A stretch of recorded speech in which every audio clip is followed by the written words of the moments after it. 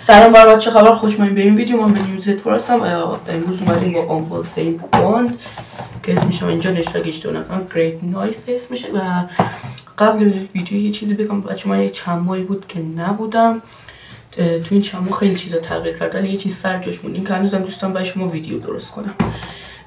این ویدیو رو حمایتش کنه. اگر این ویدیو حمایت بشه دیگه قرار نیست این دفعه مثل این دفعه برم غیب بشم و دیگه ویدیو نذارم. واقعا ولش کن، بریم سراغ آنباکس باند. خب بریم سراغ باز کردن باند.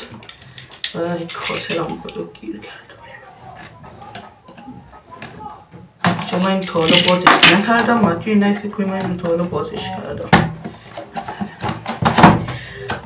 خب بچه اینم از باند که طراحی خیلی قشنگ داره، نه اونقدر کوچیکه که اصلا صدا نداشته باشه، نه اونقدر بزرگه که خیلی اذیت کنه و میتونید همه جا با خودتون ببرین. پارک، مهمونی‌های کوچیک، مثلا برای اتاقتون همینجوری بخواین آهنگی چیزی بذارین و اینا خیلی خوبه. و این پشتش هم دسته داره که میتونین راحت بگیرین. و اینم کابل شارژش و یو اس بی و همون اسدیش. و از این روی ام میره روی رادیو. با این دوتا رو اگه نگه دارین صداش کم زیاد میشه، اگه بزنین روش آهنگ رد میشه. و اینم برای تغییر حالت همون چیزشه، حالت آر جی بیشه. روشنش بکنیم. نسبت به قیمتش صدا و کیفیت خوبی داره. تقریبا چند ماه پیش حدود 600,000 تومان خریدمش. و همینطور که میبینید آر جی بی های مختلفی داره.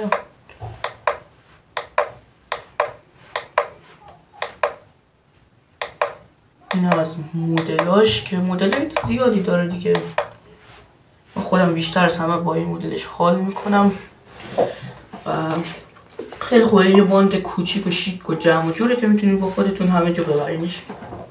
مرسی تا اینجا ویدیو همراه من بودین. امیدوارم از این ویدیو خوشتون اومده باشه. اگر از این ویدیو خوشتون اومد این ویدیو رو لایک کنین. و راستی ویدیو بعدی قراره یه دونه کیبورد آنباکس کنم که برای اینکه اون ویدیو رو از دست ندین چنل من رو سابسکرایب کنین، زنگوله‌اش هم فعال کنین تا هر موقع ویدیو رو گذاشتم بهتون خبر بده. یوتیوب یا آپارات دارین از هر کدومش میبینین. و تا یه ویدیو دیگه